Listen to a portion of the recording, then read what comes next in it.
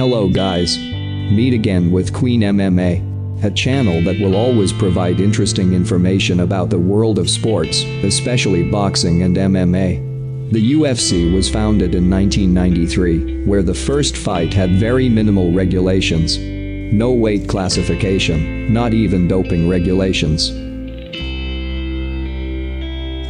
As time went on, there were various criticisms that made the UFC have to fix itself. The evolution includes grouping the types of fighting into two, namely striking and grappling, in addition to some rules in the octagon and body weight grouping. July 1, 2015, UFC introduced their new anti-doping program, USADA. Coincidentally, this date also marks a turning point in the careers of a number of fighters who were previously known to be prolific, but then experienced a decline. This is a disclaimer that several factors influence the dramatic change in the outcome of the fight, including age, injury, or bad matches. But July 1, 2015 was a real turning point for some fighters, especially the following 5 fighters. But before we continue, don't forget to press the subscribe button and activate the bell for those who haven't, so as not to miss the latest updates from Queen MMA. Without further ado, let's begin. 5. Erick Silva. Erick Silva is a Brazilian fighter who competes in the UFC Welterweight division. A professional since 2005, but made his UFC debut in August 2011 and beat his opponent via technical knockout in 40 seconds in the first round. At that time, Erick Silva entered the UFC cage armed with a 13-1-0 record and 1 contest no. In the period 2011 to March 2015, Erick Silva had ups and downs, with 6 wins from 10 matches. But of all his victories, he finished them all in the first round. March 2015, when he met Josh Koscheck, was his last win in a single round. In August 2015, 2 months after USADA's arrival, Erick was chasing 3 wins in a row. At that time, Erick Silva showed a different physical appearance from before when weighing the body. Erick Silva looked more gentle and attracted the attention of both fans and other fighters. He couldn't even achieve the 3 consecutive wins he was chasing, and what happened in the next 5 fights was really disappointing. He only has 1 win from his next 5 fights.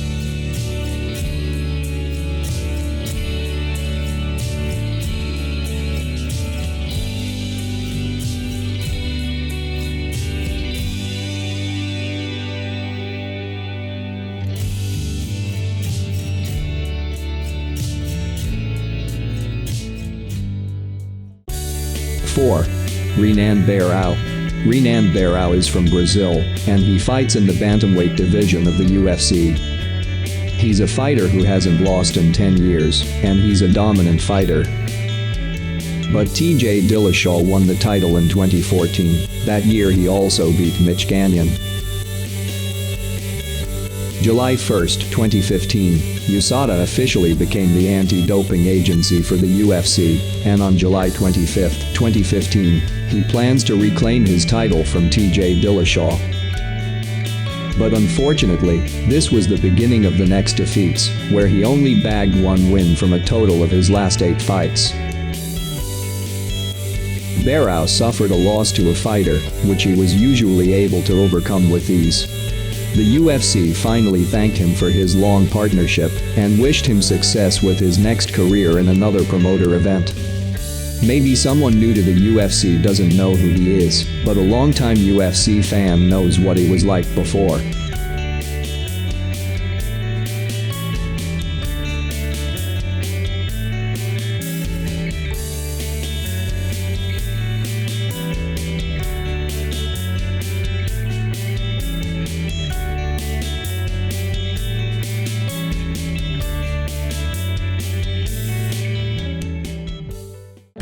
Three.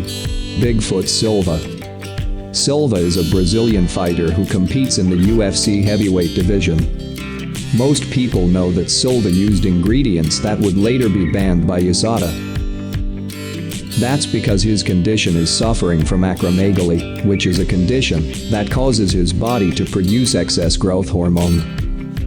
One way at his disposal is to treat this condition by prescribing testosterone replacement therapy. It's no surprise that Silva's career underwent a drastic change following USADA's arrival at the UFC. Sad to see this, to see Silva is a former Strikeforce champion who also fought for the UFC. Moreover, Silva was a feared force in his heyday. Bigfoot Silva's manager, Alex Davis, spoke to the press in 2014 about how the TRT ban forced Bigfoot to undergo surgery. He said, "Antonio's acromegaly is caused by a cyst on the pituitary gland," Silva's manager explained.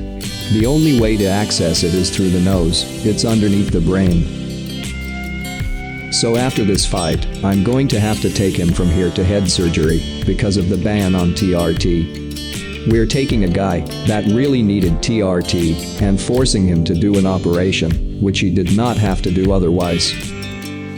Antonio Bigfoot Silva went on a losing streak after that.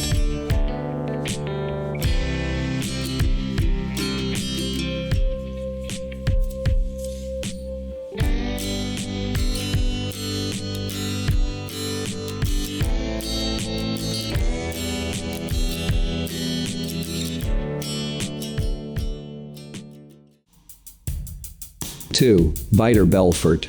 The Brazilian fighter who competes in the heavyweight, light heavyweight, and middleweight classes at the UFC has won the UFC 12 heavyweight tournament and is a former UFC light heavyweight champion. Known for his explosive knockout power, Belfort is third for most finishes in UFC history. At the age of 40 with 21 years of professional career, it is inevitable that Belfort will slow down, sooner or later. Prior to July 2015, Belfort was a highly reckoned fighter. He has haunted the middleweight and light heavyweight divisions. Apart from middleweight champion Chris Weidman, he only lost to great fighter John Jones and legendary fighter Anderson Silva.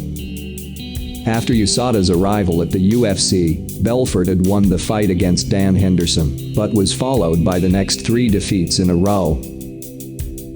Even the last defeat that time was changed to no contest after Kelvin Gastelum tested positive for THG. It is common knowledge that Belfort has received testosterone substitutes, or TRT, in the past. And we can see how scary an MMA fighter can be, and we can also ask how much physical benefit is gained from TRT treatment.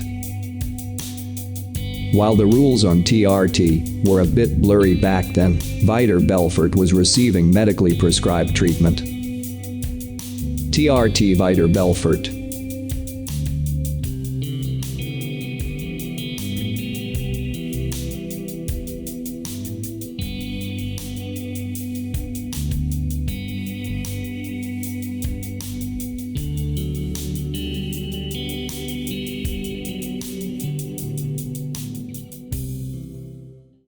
One, Johnny Hendricks. Johnny Big Rig Hendricks competes at welterweight and middleweight and is a former welterweight champion in the UFC.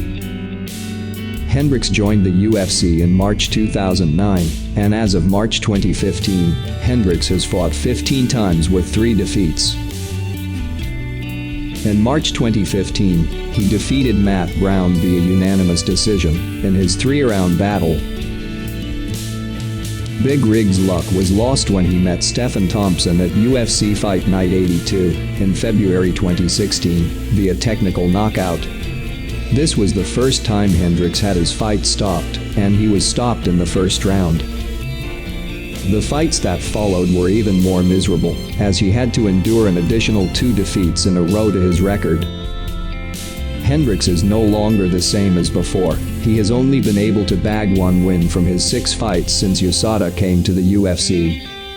Perhaps Hendricks had lost his heyday, and he had been involved in some legendary fights. Unfortunately, the drastic change in his career led many fans to speculate about how and what caused the drastic decline in each of his fights.